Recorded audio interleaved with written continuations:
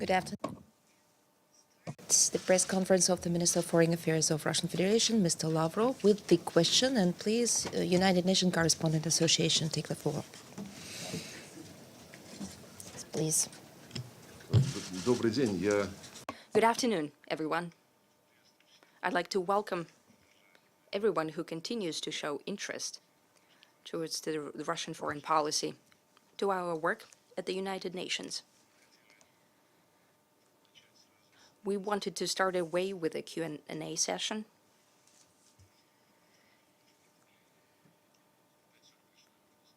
They're still writing again that I'm speaking Russian, surprisingly. We wanted to kick off with a Q&A session, but I have to start with yet another fact of the use of the terrorist methods by the Kiev regime. On the morning of the January 24th, Moscow time, a terrorist attack was conducted. As a result, in the Belgorod region, a Russian transport aircraft Il-76 was downed. It was supposed to transport from the Moscow region to Belgorod of 65 military servicemen of the armed forces of Ukraine. They were accompanied by 3 Russian officers and the crew of 6 people. All of them died. The Ukrainian prisoners of war were transported to the Belgorod region in order to conduct yet another swap that was agreed between Moscow and Kiev. Instead of this, the Ukrainian side launched an air defense missile from the Kharkov region. It targeted the airplane and was a fatal strike. We've asked for an emergency session of the Security Council at 3 p.m. New York time.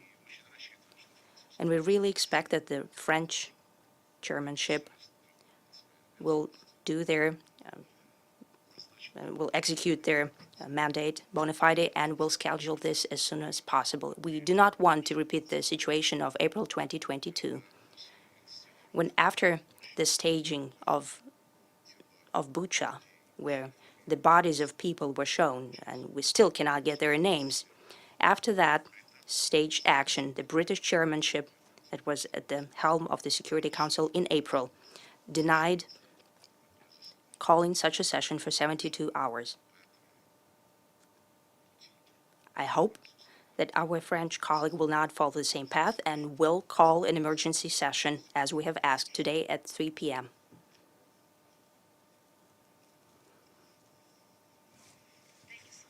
Mr. Foreign Minister, for this press conference on behalf of the UN Correspondent Association, Valeria Robeco from Ansa Newswire. My question is on the Middle East. Most of the world agrees that the two-state solution is the only way forward for the peace between Israeli and Palestinians. In your conversation here in New York, did you have the idea that there is a chance for a concerted effort between all parties, Israel included, on the two-state solution, and in what time frame could such discussions be started? And which options are on the table if Premier Netanyahu continues to oppose to this possibility? Thank you so much. Yesterday, there was a thorough discussion at the UN Security Council.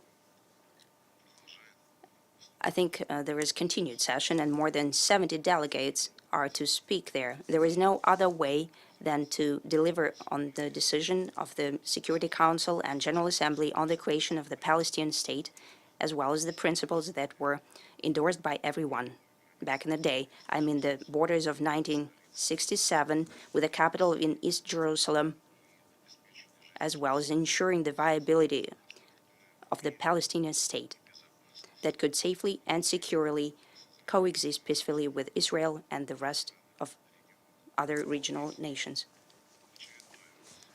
If, yet again,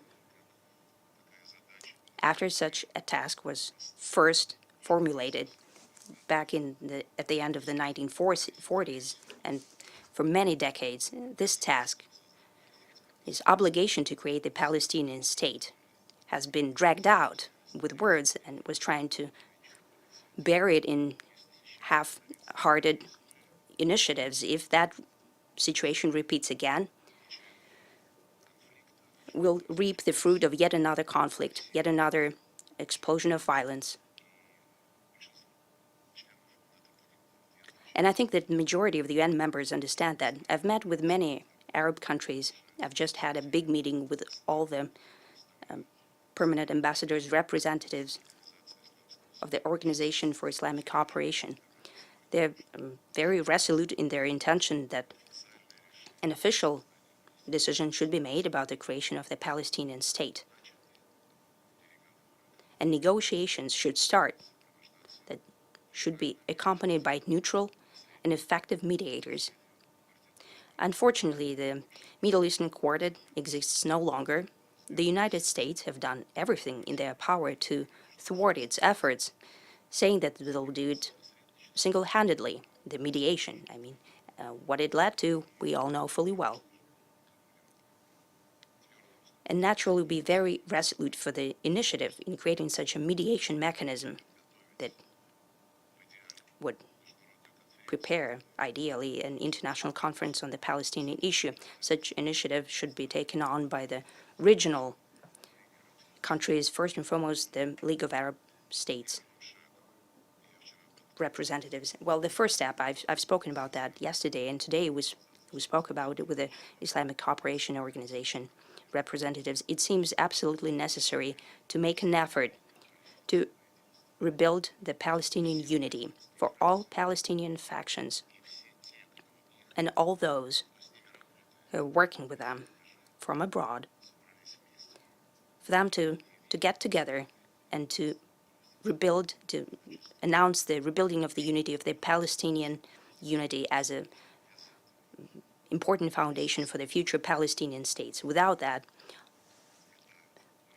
all mechanisms that you have mentioned that have been discussed in the back rooms, they won't be viable. They would only be aimed at creating a seeming change in the Gaza Strip without unification with the Western Bank. Without that, bringing it back together, the disunited Palestinian side, broken apart, they'll be just trying to spend time. And naturally, we're very worried about the statement by the Israeli PM that they're not talking about creating the Palestinian state. Since that, in any case, the settlement is possible only through the process of negotiations, we expect that those who have an influence on the Israeli side, more influence than we have, for example, they will deliver on their function and ensure participation of Israel in good faith in the negotiation process, and we'll try to achieve that. Tas, please. Good afternoon, Minister. I have two questions for you. Going back to the terrible situation with Il-76, what do you think? Did Kiev do that deliberately? What were the goals of Ukraine when they conducted such terrorist attacks and actions? Second question is about the situation in the Middle East. Many journalists trying to find answers. How could this happen? Was it possible that the U.S. did not know about the prepared attack by Hamas, since it was prepared for a year and with heavy weapons?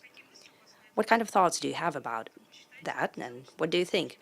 In general, what's the projection of the Middle Eastern situation on the U.S. politics in the upcoming election? As for the question about the downed military transportation aircraft Il-76 and about the reasons behind the Ukrainian criminal act, we're trying to find out the facts right now. The first reports that we've seen with that right away, after the aircraft was downed, after the shelling from the anti-aircraft, with the anti-aircraft missiles, the Ukrainian side mentioned yet again their victory of the victorious Ukrainian armed forces. But when they found out that when it became known that it was a POW swap plane and the Ukrainian officials from the military ministry could not know about this swap. Right away, the Ukrainian propaganda started to sweep it under the carpet, such overly emphatic notions of their victory. And they're trying to find other explanations. Yet again, we're just getting the information. It's being rechecked. And for that, we're also insisting on the calling of the Security Council session where the Ukrainian side could tell us how it all happened.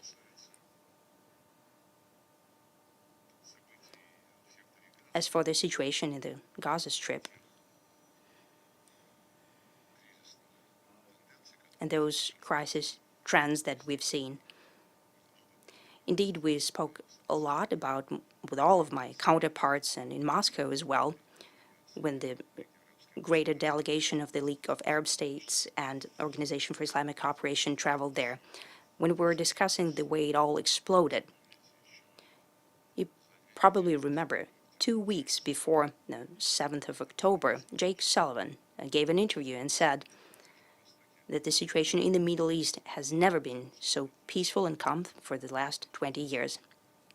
Such words were said. In regard to whether the U.S. side knew about it, whether they had any signals about it, there are a lot of conspiracy theories, and you possibly remember the terrorist attack that we have condemned within Israel. There was a lot of talk saying that the Israeli special services and intelligence services did know about it. They couldn't help but know it. And there were conversations that the United States, that were following through satellites every corner of the world, and especially they were closely following the Middle Eastern region. They couldn't help but notice the movement of a tremendous amount of people, equipment, drones. They were being prepared to conduct the terrorist attack. I hear the same thing that you're hearing. Such discussions become public, but we've seen no proof, and I wouldn't want to speculate about whether that is true or not.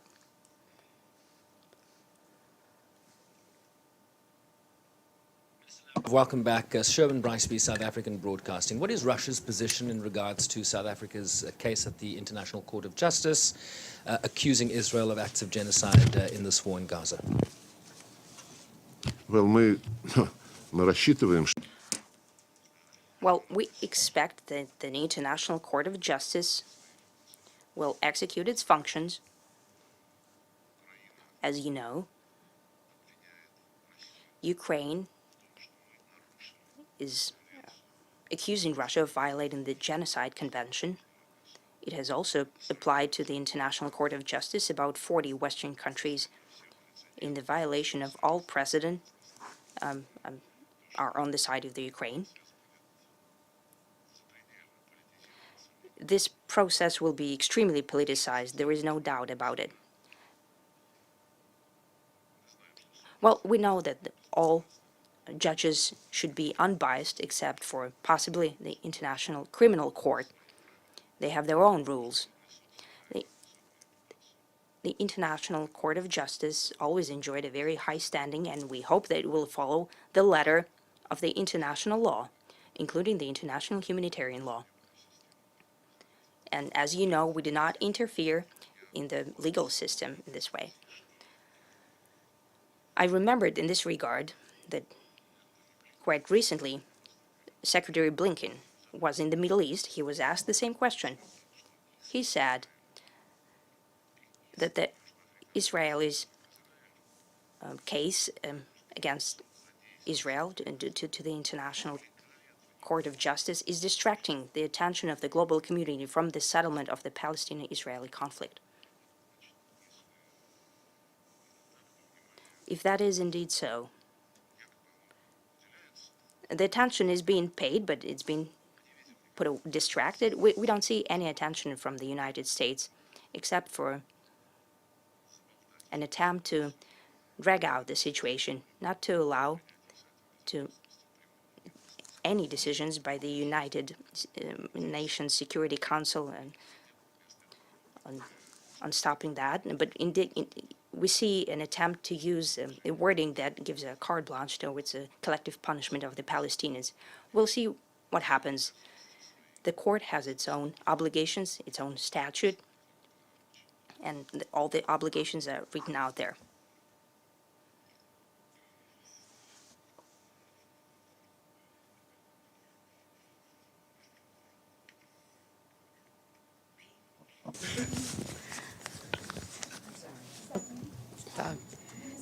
Excuse me, I'm sorry, the third drawer, Evelyn Leopold, please. Okay, thank you, Masha. You have moved tactical nuclear weapons into Belarus. Do you intend to use them in Ukraine? Да Well, it takes a long time for the information to travel to you. It happened 6 months ago. It was all explained by President Putin, President of Belarus. It was said from the very beginning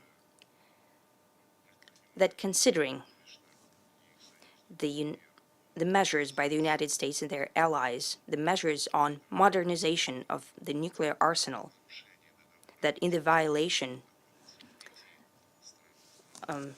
is using in nuclear sharing in the violation of the Non-Proliferation Treaty, and considering that the servicemen of these 5 countries are being taught how to use these tactical nuclear weapons, considering that for many years, when the U.S. tried to raise the topic of tactical nuclear weapons and to put it at the center of our strategic stability discussions, they were trying to achieve the situation where all of the tactical weapons of the United States was returned to the territory of the U.S. simply for the fact that it's being deployed in Europe is strategic for us. It's right next to our borders, but they denied to do that vehemently. And we said that since they're updating their arsenals of tactical nuclear weapons, we cannot be fully aware, we cannot fully understand why it is being done. So yet again, considering that they're denying and refusing to bring back these weapons to their own territory, upon the request of the President of Belarus, we will transfer part of our tactical nuclear weapons to be situated on the territory of the Belarus Republic. Everyone knew about that. Naturally, the West tried to be a bit hysterical about it, saying that they can do it, but we can't. So all the possibilities to avoid the escalation were not used by the U.S. All of the treaties were torpedoed, and they refused to bring back their tactical nuclear weapons and to put it in compliance with an NPT treaty. Well, it's still not been violated. There's no evidence that the United States has deployed tactical nuclear weapons in Ukraine or Belarus. What was that? Can you said, repeat? why there's no evidence that the United States is deploying tactical nuclear weapons in Ukraine or Belarus? It's only Russia to this point. Нет, вы...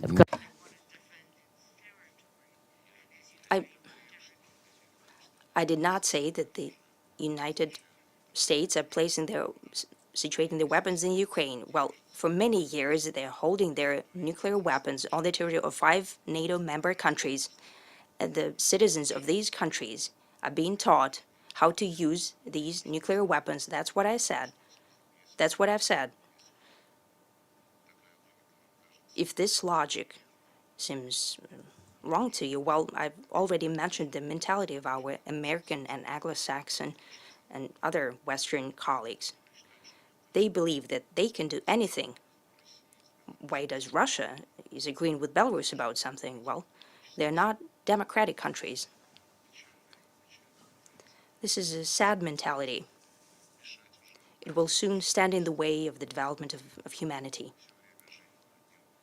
You cannot always survive on the neo-colonial approach and using neo-colonial practices. I can do everything, and you're banned from doing it.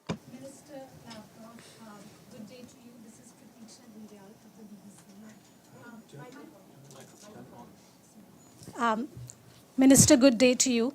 This is Pratiksha Gildial from the BBC. My question to you is, what evidence is Russia planning to present that there were indeed prisoners of war on that plane that was downed? And do you worry that no one will believe you? Что? What is that? And do you worry that the international community may not believe you unless you present evidence of Совершенно I have no concern about the international community not believing us. As I've already mentioned, the international community, through Western representatives and media outlets, has already proven the fact that its position is highly been discredited completely. So, for example, I'm not trying to cast doubt on anything. There was a mention made today about Bucha. And in early April in 2022, there were images by your colleagues from the BBC showed of a central street in the city of Bucha, where 3 days ago Russian military personnel withdrew from, and the mayor of the city restored his authority. The city made this announcement, and 3 days later, suddenly, the BBC shows images on the central street, the corpses of people, and soon it will be 2 years since we have requested, and there were allegations, accusations against us, imposition of further sanctions. Soon will be the second anniversary of us asking at least for the family, for the last names of the people to be provided, those last names of those people whose corpses were depicted in BBC reports. I did not interrupt you. I did not interrupt you. The BBC, as the author of this sensationalism, could perhaps look into the bottom, get to the bottom of this, the truth of what happened. So as for whether the international community believes us, as you assuming the West, of course, the Anglo-Saxons is what you're implying. We're not too concerned about that. The truth is jarring here, so they are constantly avoiding a frank response, discussion, and frank responses to direct questions. And it's also, since we're talking about the BBC and the point of its location, this also applies to the poisoning in Salisbury. We still have not received a single response to 46, I believe, or 45 official requests through the General Prosecutor's Office, to which the British royal authorities have an obligation to respond to in line with both international conventions and bilateral conventions as well.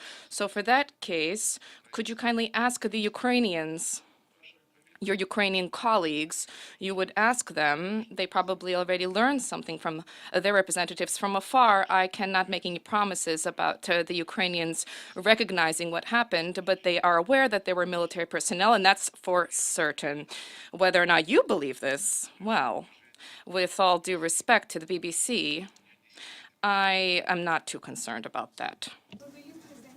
Excuse me, BBC colleague. Keep calm and enjoy the answer, please.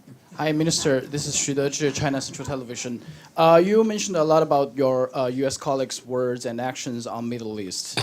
Given the fact that the Israeli government has rejected two-state solution clearly and repeatedly last week, do you think U.S. still have the influence to push Israel for a ceasefire or two-state solution? And what do you think? How much does the U.S. foreign policy on Middle East contributes to current situation in Middle East? Thank you. I'm not in a position to discuss the topic of how relations are shaped between the United States and Israel. This is a matter of their bilateral contacts. Oh, the only thing I can do is to confirm that, like the majority of those present here, we have been reading the reports from U.S. media outlets about how there is a dispute here within the administration, a dispute about how to make Israel more constructively minded. But I don't know how this will conclude. There is a president, there's a national security advisor, there's the Secretary of State, a large number of deputies. I don't know how to respond and to what degree all this speculation is accurate. I won't dwell on that. But as for the present crisis, the repercussions of a U.S. policy in the region, I believe, are viewed and understood uniformly by everybody. And not a single misadventure over the past decades that was undertaken by Washington with a reference to, they invoked their fundamental security concerns 10,000 miles across the Atlantic, apparently risks the security reposed. Not a single of these misadventures resulted in a situation where a country that fell under attack began to live with more prosperity in better ways. Many states no longer exist. For example, Libya, its statehood has been completely destroyed. Iraq, everybody is aware of the shameful conduct of U.S. diplomacy in their attempt to justify this aggression, which completely failed with their so-called material evidence. And after the invasion into Iraq, the Islamic State emerged. When the United States disbanded all of the structures from the Ba'ath Party, including the army, the officers, Saddam Hussein's officers, in order to maintain safeguard the possibility of maintaining livelihoods for their families, en masse, they joined the Islamic State of Iraq and the Levant. And they comprise the nucleus of this. And the same applies to Al-Qaeda, incidentally. Not long before this, the Al-Qaeda emerged as a result of the U.S.'s invasion into Afghanistan, like the invasion into Syria. This also spawned Jabhat al-Nusra, which is now called Hayat Tahrir al-Sham. And we are aware, for example, of the fact that in Syria, those bases where the U.S. illegitimately established in the east of the country, where they are attempting to establish some kind of a quasi-state of the Kurds, thereby establishing explosive problems at the regional scale, they continue to maintain contacts with certain fighters of the Islamic State who carry out recovery efforts, rehabilitation there, they're training there, following the instructions of their U.S. handlers. They're participating in a host of operations and terrorist acts that are far beyond the Middle East. So the influence of the United States on the Middle East, as they say, we'll deal with this ourselves. And the same with Palestine-Israel conflict. They ended the quartet. They disbanded the quartet of the Middle East mediators, and they took everything into their own hands. We see what this resulted in. This is just another example of a situation where, as a result of the U.S. leadership, we see tragedy take place. Minister, thank you very much for your time and for this press briefing. I'm here. I'm Vusala from Azerbaijan News Agency report. So my question is about how do you assess the normalization process between Azerbaijan and Armenia? And also, will Russian peacekeepers leave the Karabakh region of Azerbaijan in 2025 as defined in the trilateral agreement of the November 2020? Thank you. No. Well, rather President Putin personally played a decisive role in the way that the war was stopped in November of 2020 and in the agreement that was reached. A number of trilateral documents were achieved at the senior level, Armenia, Azerbaijan, and the Russian Federation. These documents determine the key parameters for the resolution, including questions of border delimitation, the unblocking of trade and transport routes, as well as the signing of a peace agreement. The relevant structures were established at the vice premier minister of the three countries who are dealing with the economic side of the question. Recently, we have been observing how, after these agreements were reached, Western colleagues decided that it apparently was incorrect that the Russian Federation was attempting to achieve progress on that track. So what they began to do was to lure the Armenians and Azeris, either Brussels, Paris, Washington, or to Prague, to bring them in. And incidentally, in Prague in the year 2022, Prime Minister Pashinyan signed a document, and this document stipulates that he recognizes the territorial integrity of Azerbaijan within the 1991 borders. This means that Nagorno-Karabakh Autonomous Oblast, as it was called, Karabakh, there constitutes an integral part of Azerbaijan. This was a surprise to us, because prior to this, discussions focused on various options for a settlement to the question of the status of Karabakh, but Armenia did this single-handedly. And since then, the question of status of Karabakh has been closed. And yes, there are peacekeepers who remain there even after everybody recognized Karabakh as part of Azerbaijani territory, but this question no longer applies to the Armenian side. This is a matter of bilateral relations between the Russian Federation and Azerbaijan. The presidents discussed this matter. They agreed that at the present juncture, the presence of Russian peacekeepers is playing a positive role in order to reinforce stability, to build trust in and confidence in the region, and to help facilitate the return of those residents of Karabakh who will wish to do so. Yes, thank you. Joseph Klein, Canada Free Press. Israel has recently proposed a 2-month ceasefire in exchange for the release of all hostages, but Hamas has flatly rejected this proposal. Moreover, you mentioned and criticized Prime Minister Netanyahu for his negative comments and apparent rejection of the two-state solution. But just yesterday or the day before, a Hamas leader also flatly rejected a two-state solution with what they called a quote, Zionist entity, and in their charter, they called for the destruction of the Jewish state. So I'd like your comments on that. Thank you. Знаете, насчет Well, when it comes to those proposals that have been advanced, let's stop for 2 weeks or stop for 2 months. You will return hostages to us, and the other side says, well, we'll return them, but not all of the hostages. This is a trade that is ongoing, and it distracts attention from the essence of the problem. The substance needs to be an immediate ceasefire. One can discuss at great length that Hamas does not recognize Israeli statehood, Jewish statehood, and thereby justifies the ongoing slaughter in Gaza.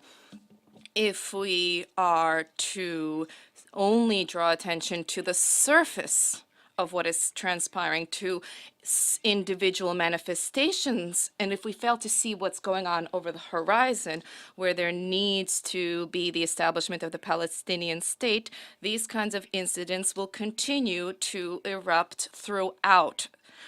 And specifically because we are keen to achieve a long-term solution, we are focusing not just on the promise of beginning discussions to establish a state of Palestine, but we are insisting on these steps at the practical level being taken, and for there to be a clear timeline as to when they will result in the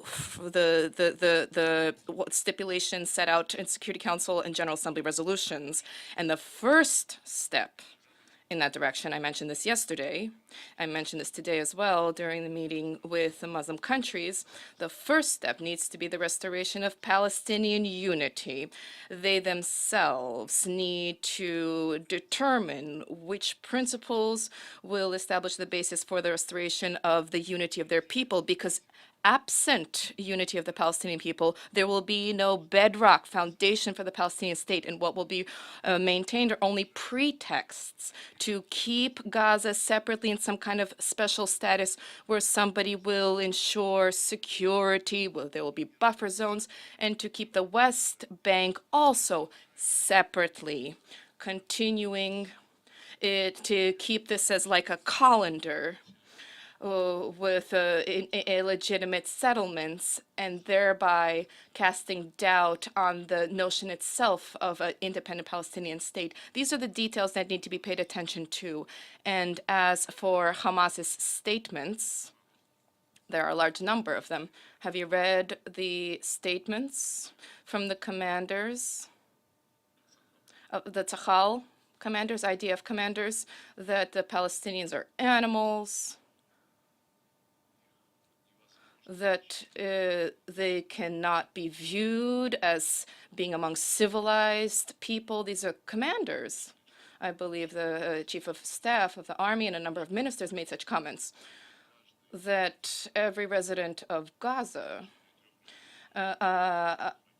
when they reach the age of 3, immediately automatically becomes an extremist because hatred towards Israel is cultivated there, regardless of what this process is called. But when for more than 70 years you are not granted the state that is promised to you, what do you think is being taught in schools, in kindergartens? What is being told to children in kindergarten for the third consecutive generation? There's an injustice there. And I spoke with my Israeli colleagues, and I stated that the fact that the problem of the establishment of a Palestinian state, the fact that this has not been resolved, this is the single most significant factor that results in the recruitment of extremists into the ranks of various organizations. They were insulted at that time at this statement, but I continue to believe that this is true.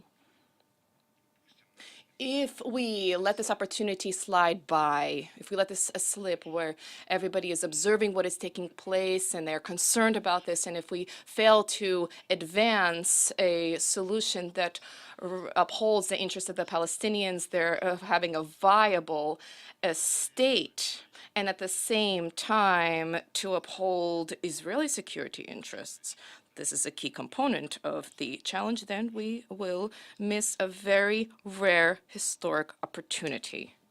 Sergey Viktorovich, I have two questions. The first is building upon the response to the Palestinian settlement. Does the international community remember how these organizations emerged, like Hamas? How do they emerge? And the second has to do with the state of Russian-U.S. relations. What is your assessment of their level? At what stage are they at present? And are there prospects of them being completely frozen? And what will this ultimately be determined by? The level is low. The point here is we're at a low point. There are virtually no contacts, with the exception of discussions of the conditions for the operation of our diplomatic missions in the United States and the work of their diplomats in the Russian Federation. And here, too, there are a great number of attempts to secure one-sided advantages, attempts to accuse us of certain steps, even though they're perfectly aware of the fact that the whole current history with the diplomatic presence began with the decision taken by Obama in December of 2016, the decision 3 weeks before Trump's inauguration. The Democratic administration left this little present here, and they expelled 120 of our people from Washington with their families, and in an American noble way. On the date that they had to fly out to Russia, and they did this such that there was no direct flight from Washington to Moscow. Very humane here. These people are with children, including small children, on buses. More than 6 hours, they traveled by bus to New York with their families in order to sit on a plane that flies to Moscow. This is not becoming of adults, and for a long time, we didn't respond because when Donald Trump was inaugurated, took up the oath, they were outraged at this approach taken by the Democrats, and we said that if you're able to redress this situation, let's wait and see. And they were unable to do this, and so then in the summer we apologized. Nobody canceled the principle of reciprocity. Otherwise, the country would simply not be respected, and we reacted in a reciprocal way, requesting that the same number of U.S. diplomats leave Russia. So the Americans are champions of cancel culture. They canceled what Obama did, and all of the current discussions, beginning with 2017, our people were expelled, and we did this as a reciprocal step. So it's not really honest the way that they operate. And the first question had to do with Hamas and the history with the emergence of these organizations.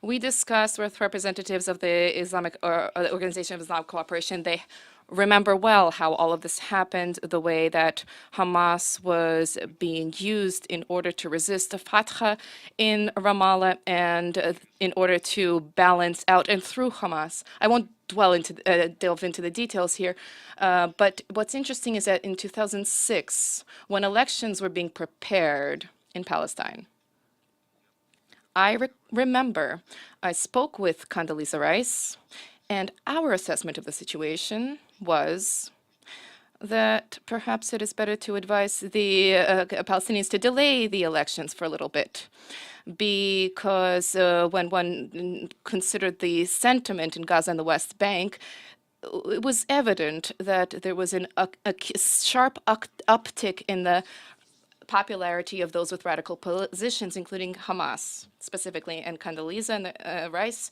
said to me, no, no, no, this is how democracy works.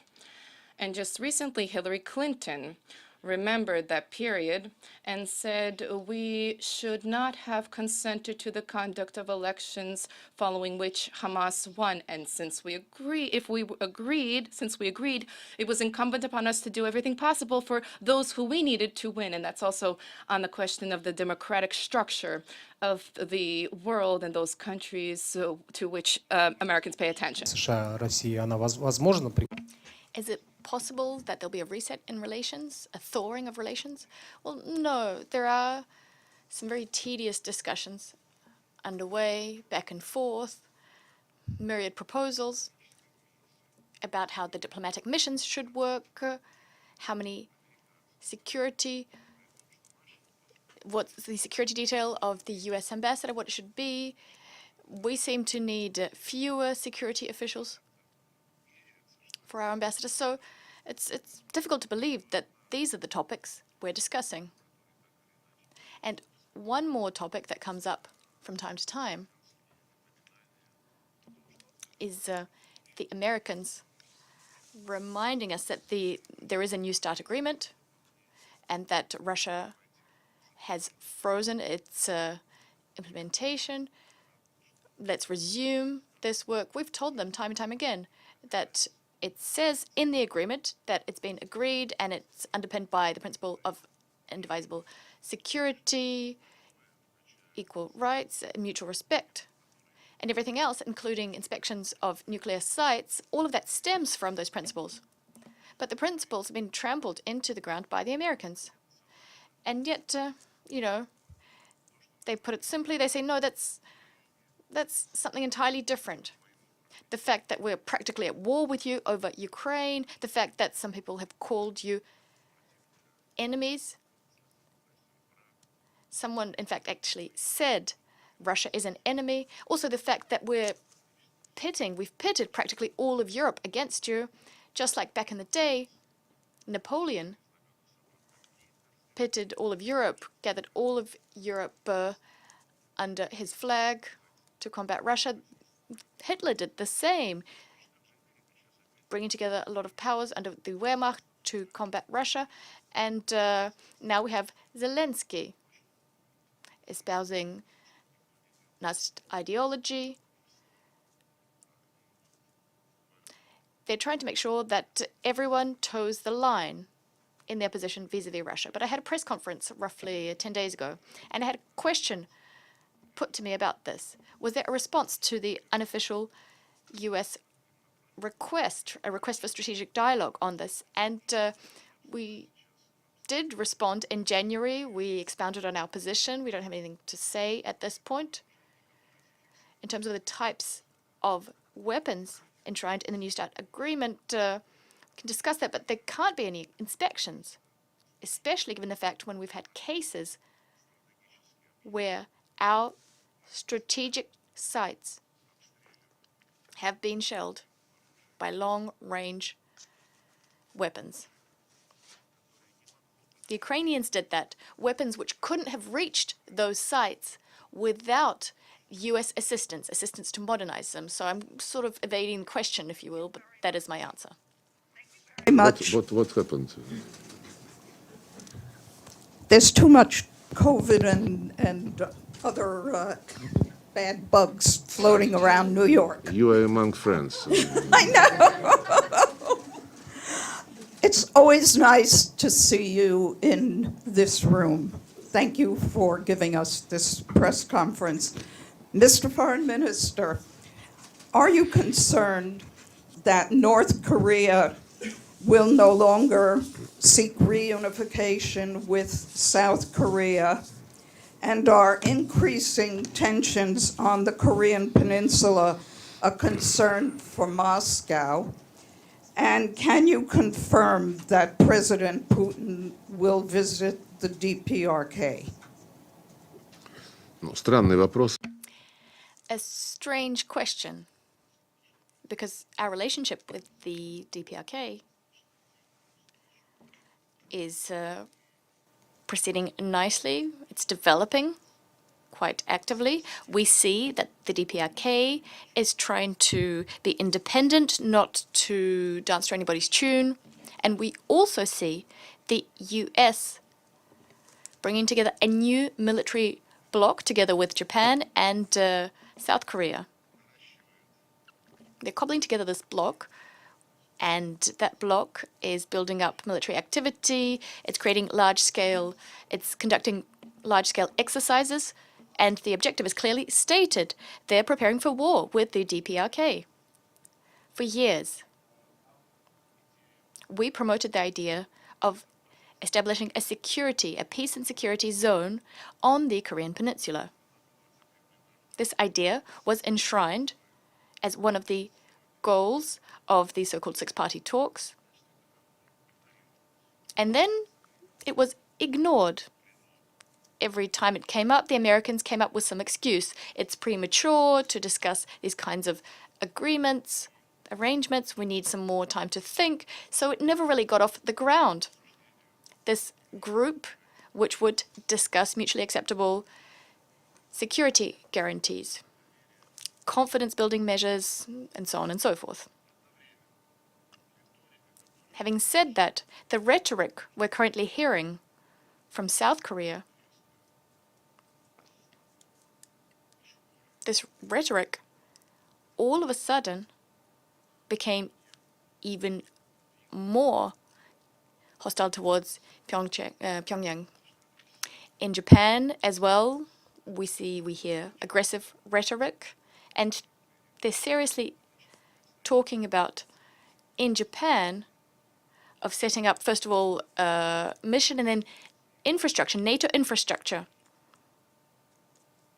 The US are also sharing their infrastructure, setting up their infrastructure, and then North Atlantic infrastructure there in Japan. They're also talking about the fact that the UK, Japan, and the ROK are going to develop their cooperation. It's quite wishy-washy the way they phrased it, but they said something like nuclear-related cooperation. And yes, Kim Jong-un made the statement that he made. You see, the thing is, Netanyahu said that there will be no Palestinian state. Kim Jong-un said we're not going to unite with them, with the South Koreans. It's terrible when instead of unity, we have trends which divide us. And yet this is a systematic process across many regions. And the main contributor to that trend are those who believe to be the masters of the universe. They think that they ruled the earth for half a millennium, telling people how to live, and that they're going to continue doing the same thing. This logic completely ignores the reality of the situation, which is objective. And that reality is the following. Former colonies, the overwhelming majority of these ex-colonies, have gained independence. They're now very much aware of their national interests. They want to buttress their cultural identity. their religious identity as well. These ex-colonial states are developing, leaving the West behind. At least that can be applied to the BRICS countries. So the ex-colonial powers have to face up to the reality in today's world. You shouldn't just think that you're so strong just because you have the dollar, you can strangle people with this dollar, you can disconnect people from the SWIFT system, or you can reject applications for IMF loans. The list goes on. And this despite the fact that you imposed the system on the entire world. Back in the day, the world agreed, but then you became, well, you changed your position, became grossly abusive, abusing this mechanism. So, if I'm very frank, if I put it simply, when we were kids, we'd go out to play outside after school. Perhaps you have similar memories of your own childhood. And there were always younger kids and the older kids. And what the older kids did is, well, sometimes some of them were hooligans, they made fun of the little kids, and little kids would get upset, but then they grew up fairly quickly, and then they fixed the situation. RT. At this point, we've got a major Western outlet, Bloomberg, that's running a headline saying that Europe should arm itself against the barbarians at its gate. And by barbarians, they are, of course, referring to Russia. We also have a number of Western leaders saying that they expect Russia to attack NATO within the next 5 years. We have a number of Western leaders making that claim. Do you think that this is essentially the leaders of the Western countries trying to psych up their populations for some kind of all-out war against Russia, as that seems to be a recurring theme? We hear this rhetoric over and over. Я надеюсь, что это не так, что... We hope that that will not be the case. We hope that there are some smart people left in the room, people who are well-versed not just in history, but who have the instinct to protect themselves. I also heard Biden saying something similar, warning that if Ukraine loses the war, then Russia will march on the Baltic states, on Finland, and on other NATO members. Such statements were also made by lower-level leaders, not just by US leaders. You see, I'm inclined to believe in reason, in the reasonableness of the US leadership. So I see this as an attempt to achieve short-term objectives, that is, allocating funds to Ukraine, dispersing funds to Ukraine. They think that they can instill fear in the Congress with these fairy tales, with these concoctions. They hope that this will prompt Congress to compromise and give 60-odd billion to Ukraine as part of an aid package, with some money going to Israel, some money as well to set up equipment around the border. I don't know. I think the people actually making these pronouncements, they understand themselves. They understand full well that these are, well, how should I put it? That it's hogwash. And President Putin, in fact, has commented on this narrative. He did this recently. You can look up that interview, listen to it. There's no need, there's no desire, political, military, economic, to attack anyone. We don't have that desire. There was no need for us to start a special military operation. We wouldn't have had the need to do that unless the West allowed for the coup d'etat in February of 2014, and it did, and then it gave the coup participants carte blanche. They immediately said that the status of the Russian language in Ukraine would be revoked. They proclaimed people living in the Donbass and the Crimea as terrorists because they opposed the bloody anti-constitutional coup. Then a war was waged on the Donbass. And we did this because the Germans, the French, the Americans asked as well. They begged us to stop this war, to sign the Minsk Accords, and they were in fact signed just here at the Security Council, in the Security Council chamber. They were signed unanimously, and then that would have worked. Had they been implemented, everything would have worked out. But it turned out that amongst the signatories, aside from President Putin, no one was prepared to do that, to recognize that. The special military operation became inevitable after many, many years. Years throughout which we tried. We tried to convince the West that they shouldn't turn Ukraine into a direct threat on our borders. Not 10,000 miles away, like the US used to say, Iraq, Afghanistan, Libya, Syria, Yugoslavia. They said that these states posed a threat to US interests. But we're talking about a country that's bordering our country. It's not an ocean away. And these lands, Russian people developed them throughout centuries. And the descendants of these Russians live on these lands, and yet their descendants have been banned from speaking the Russian language. So it's a different situation. It's a shame that some are going down that road in Europe, that they're trying to ban Russian culture. It's unbecoming for those who proclaim themselves to be members of the EU, which they believe to be high honor. Very much. Stefano Vaccara, La Voce New York and the Ital Press. In Europe, there will be the election soon, the European election. Does Russia expect that this could change the relationship?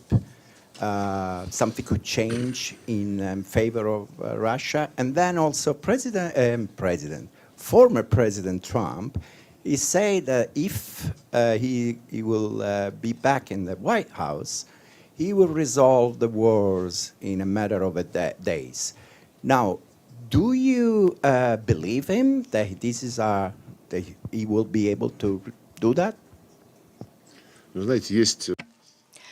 You know, there are lots of things that happen, lots of statements, day in, day out. They're published, and we can ask the same question in relation to those. Do you believe them or don't you? And I don't really want to play that game. I can't believe something that is immaterial, that's intangible. Time will tell. We'll see. I doubt that the Ukrainians will be prepared to agree to any kind of settlement. Zelensky has been relatively rude when he commented Trump's comments. Well, that's Zelensky's style. And in fact, the entire leadership is somewhat uncouth. If you might remember, Scholz, the Chancellor of Germany, well, there were some untoward comments made by the Ukrainian leadership vis-a-vis Mr. Scholz. He called him liver sausage. They called him liver sausage. As for the European Parliament elections, are those the elections you're referring to? Elections to the European Parliament? Well, this political body, I don't know it that well. From time to time we hear Russophobic statements, decisions being adopted at the European Parliament, so I'm not particularly interested in, I'm not following those elections. I think what's much more useful is trying to figure out which European countries are going to hold elections, and in those elections, which countries are trying to make sure that European nations aren't going to be dissolved in this faceless machinery in Brussels. That's much more interesting, following that, than seeing who's going to agree, who's going to come up with what deal to be elected to the European Parliament. Thank you so much. My name is Afram Qusayfi from Arab News Daily. I'm here. Just a quick follow-up on your response regarding the US-Russia relationship. I'm just wondering, in a world when the diplomatic channels between your two countries are cut off like that, how much damage and suffering do you think the rest of the world suffers from it when there are no relationship between your two countries? And what, in your opinion, would it take for Russia and the US relationship to get back on some sort of a normal track? Thank you. Well, as for my concerns about the rest of the world suffering from the current situation in the US-Russian relations, I don't know how to answer that. I'd like to ask you to tell me what kind of satisfaction did the world receive from our normal relations, relatively normal relations with the US? What was the pleasure in those relations? Well, in an abstract sense, isn't it great that they're talking to each other? Well, that's the notion. If you don't specify what right now is happening and how the rest of the world is suffering from it, well, it seems that it can be said that many raise an alarm with the fact that there was greater escalation, military rhetoric. Possibly no one wants to have a big war. We have been through big wars in our history multiple times. However, the actions are done by the US, the doctrinal documents of the United States, as well as NATO documents, have it enshrined that we are the main direct threat, and China is the main challenge on the in the next stage. They're using these carefully worded formulas. Moreover, they're trying to engage neutral countries. Now Finland is in NATO. We don't know what it would gain from that. As for Sweden, the process is moving on. Yesterday I met with the foreign minister of Switzerland. He was trying to convince me that they can do as before. Now they can be mediators in any process. And I tried to explain that a mediator must be unbiased and neutral. And Switzerland was famous for its military neutrality and in a wider sense of neutrality. That allowed it to be a successful capital of the UN in Geneva, and to host different negotiation processes, and with that to make its contribution to the peaceful development of the world and different regions. He said that we're still prepared to do that and we're at your service as always, but I tried to point out that right now they have a national security strategy. It has been already endorsed, and it will date for 2024 till 2027.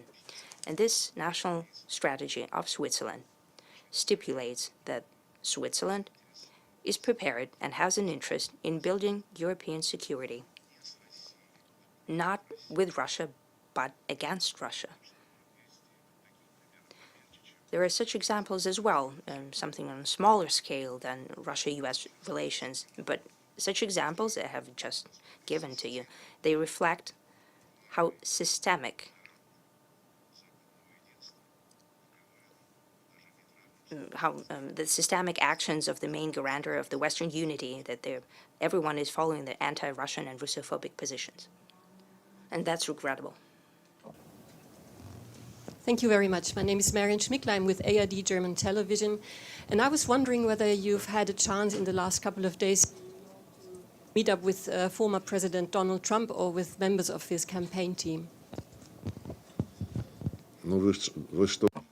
Have you already written an article about it?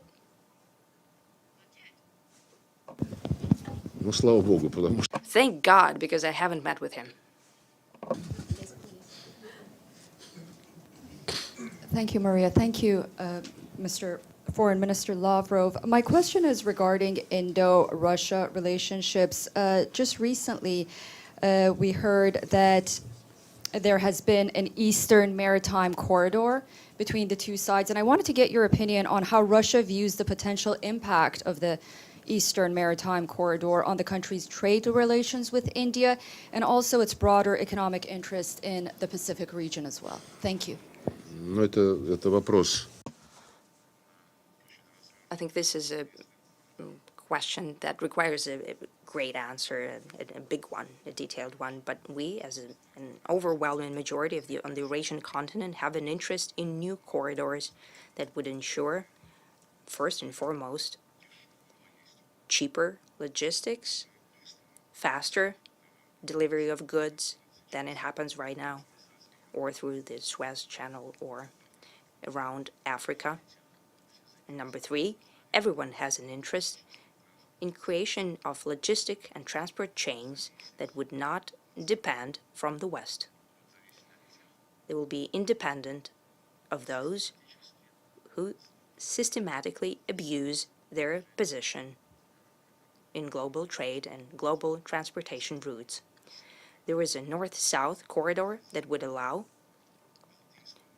to bring from the Baltic Sea goods efficiently, reliably to the Persian Gulf. There is a plan to connect ports of Russia in the Far East and India. There is also an initiative, Europe, Middle East, India. That's all. It's up to the Western Europeans. They're promoting this topic. For us, the priority is the north-south corridor, and it will benefit India directly. It will go through Russia, Azerbaijan, Iran, and further down to India. And Pakistan has also an interest in that. Right now, there are plenty of discussions. The Northern Sea route is of great interest to India and China. The Northern Sea route, considering the global warming factor, and a promise that it will be very soon will be navigable all year round. It will compete with all other transportation routes, winning more time by 1/3 compared to the Suez Channel.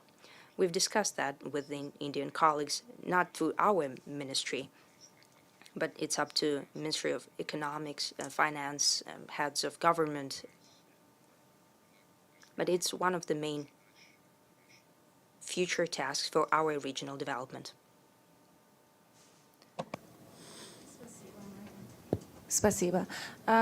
My question is regarding Afghanistan. Recently, you mentioned the importance of Taliban engaging with the National Resistance Front and also to establish an inclusive government. I was wondering if you can elaborate on that statement that you made and also clarify the part about the engaging with the National Resistance Front. And also you met with a foreign minister of Iran, Amir Abdullahian, yesterday. Did you talk about what is going on in the Red Sea and the Houthis? If you can also give us something on that. Мы это обсуждали. Yes, we have discussed it. There is an aggression taking place in the Red Sea, a direct illegal aggression in the violation of all principles of international law. The organizers of this aggression, they're lying when they're saying that this is self-defense in accordance with the UN Charter. Our mission in New York has distributed yesterday or today, you quite possibly have it, they have distributed a document that provides all the necessary arguments, argumentation that was used by the UK and the US, and they're showing that this is just pillaging and not self-defense. As for Afghanistan, we have never evacuated our embassy in Kabul. It continues to function. We keep in touch with the Taliban. There are people who have the real power in the country. But we, as the rest of the UN members, do not officially recognize Taliban, as they have taken upon themselves an obligation on several matters, including the respect for human rights, first and foremost, women and girls, also creating an inclusive government, inclusive in terms of ethnic background and other, because there are Uzbeks, Tajiks, Pashtuns, and Nazareans. But politically, they're all Taliban.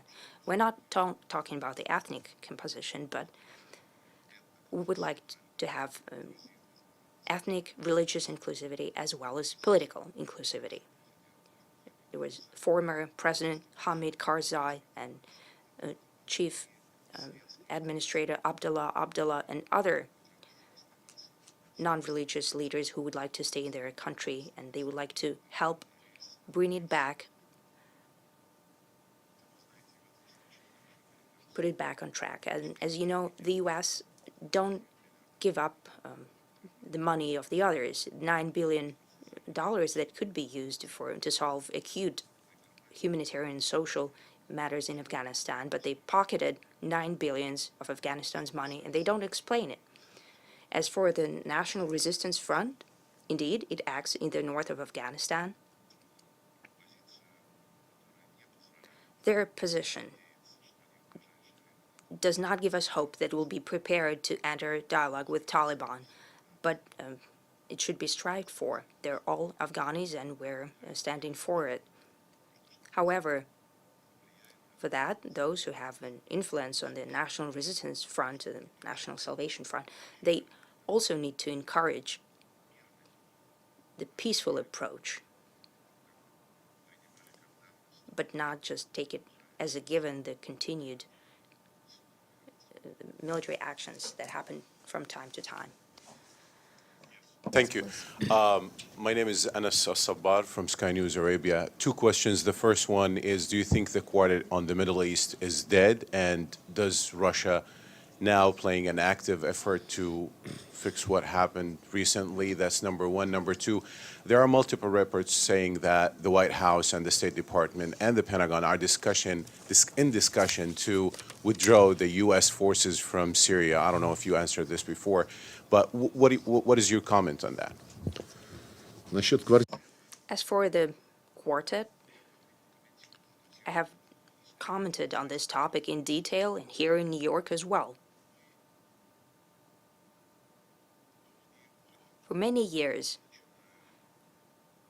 possibly starting from the point when the roadmap of Palestine-Israeli settlement was endorsed, it was many years ago, we, Russia, advocated for a fully fledged membership of the League of Arab States in the quartet, because it seemed that it was half colonial, US, Russia, EU, the UN, and no one represented the Arab countries, and it was about the Middle Eastern settlement.